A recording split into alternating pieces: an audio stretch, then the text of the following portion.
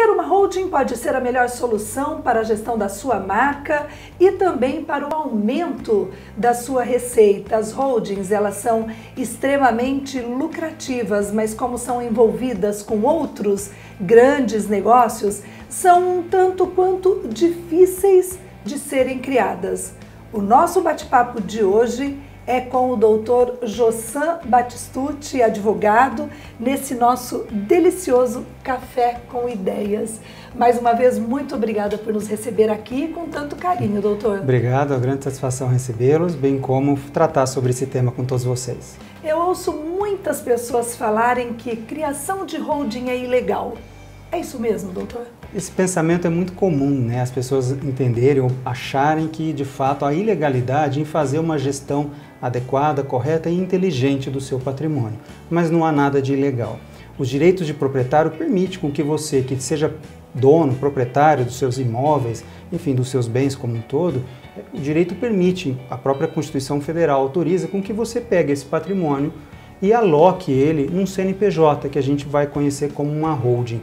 É por meio desse procedimento que o titular desse patrimônio, o patriarca, a matriarca, pode melhor fazer a gestão do ponto de vista de segurança jurídica, do ponto de vista patrimonial, do ponto de vista tributário, sobre os seus bens. Isso faz com que o patrimônio seja blindado?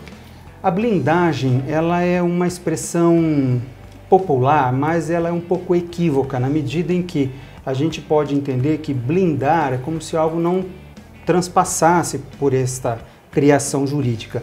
Mas no fato é que toda vez que houver ilegalidade nessa criação, não vai haver blindagem.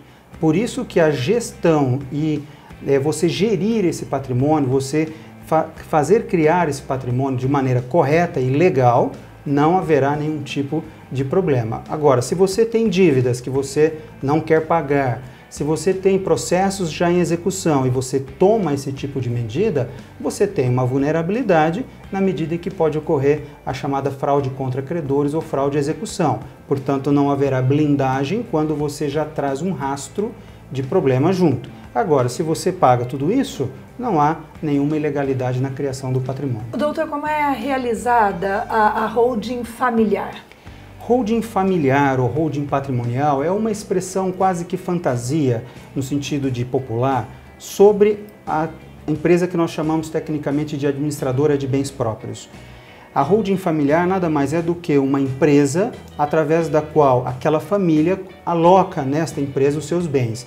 Podem ser os bens apenas do pai e da mãe, como muitas vezes os bens dos filhos também, que são alocados dentro dessa empresa, e se faz a divisão por cotas sociais da empresa conforme a participação nesses bens. E depois a empresa vai gerindo, vai faturando, vai tendo a sua atividade comercial e vai recebendo então lucros e receitas para a aquisição de novos bens, novos patrimônios. Tem a holding familiar e a holding patrimonial, é isso? A gente pode também classificar desta maneira. A holding patrimonial é onde você simplesmente faz a gestão do seu patrimônio a partir de um CNPJ. A holding familiar é quando esses sócios não são apenas o cônjuge, ou seja, o esposo e a esposa, mas também envolve às vezes filhos. Agora, muitas vezes, Júlia, nós temos de fato situações de muita identidade entre holding familiar e holding patrimonial, porque é o patrimônio da família que está ali sendo gerado. Doutor, quando eu faço uma holding, eu preciso também fazer um inventário? Essa é uma dúvida muito comum que a gente sempre ouve, né? O que ocorre? Quando você faz a gestão do seu patrimônio pessoal por meio de um CNPJ, que inclusive traz muitas vantagens e economias tributárias lícitas, ou seja, permitidas na legislação, você muitas vezes não tem mais o que se inventariar, porque todos os seus bens foram transferidos para o seu CNPJ.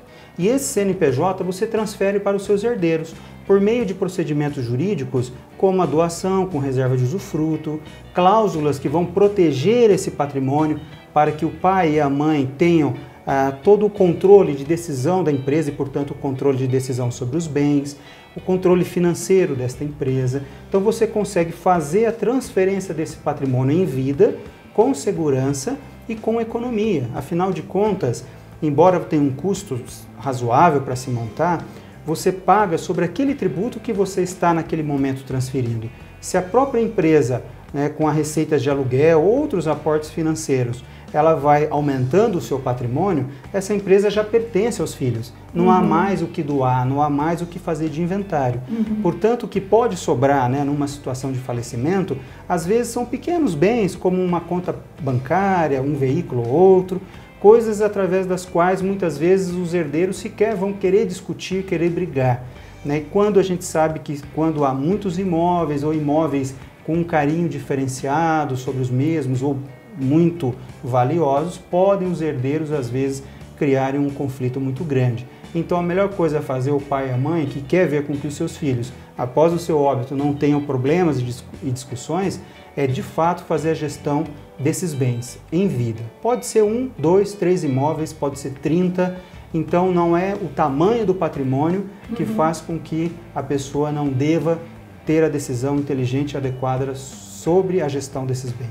Doutor, nós estamos recebendo muitas perguntas, muitos questionamentos, então no próximo programa nós vamos ter mais um bate-papo, um café gostoso com ideias com você, tá bom? Para você estar aí exemplificando de uma forma extremamente simples sobre essas questões, são questões muito recorrentes aí, questões jurídicas. Eu agradeço muito. Eu que agradeço, será uma grande satisfação falar com vocês novamente.